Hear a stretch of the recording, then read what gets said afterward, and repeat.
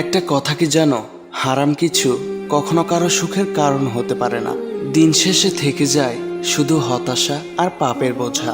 কতই না ভয়ানক এই হারাম রিলেশনশিপ। তুমি প্রতিদিন 5 ওয়াক্ত নামাজ পড়ছো, 3 বেলা কোরআন তিলাওয়াত করছো, একইভাবে মেয়েরাও পর্দা করছো, নবীর সুন্নত মেনে চলছো, নিয়মিত কতই না দোয়া করে যাচ্ছ, কিন্তু আশ্চর্যের ব্যাপার যে তোমার কোনো ইবাদতই কবুল হচ্ছে না। কারণ তুমি দিনের পর দিন একটা হারাম সম্পর্ক মেইনটেইন করে যাচ্ছ। তোমার কোনো ধারণাই নেই এই ভয়াবহতা সম্পর্কে।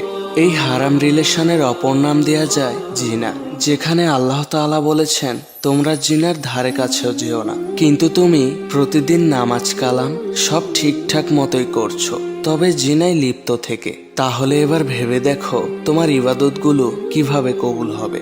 আল্লাহ আমাদের সবাইকেই সকল প্রকার জিনা থেকে হেফাজত করুন, আমিন।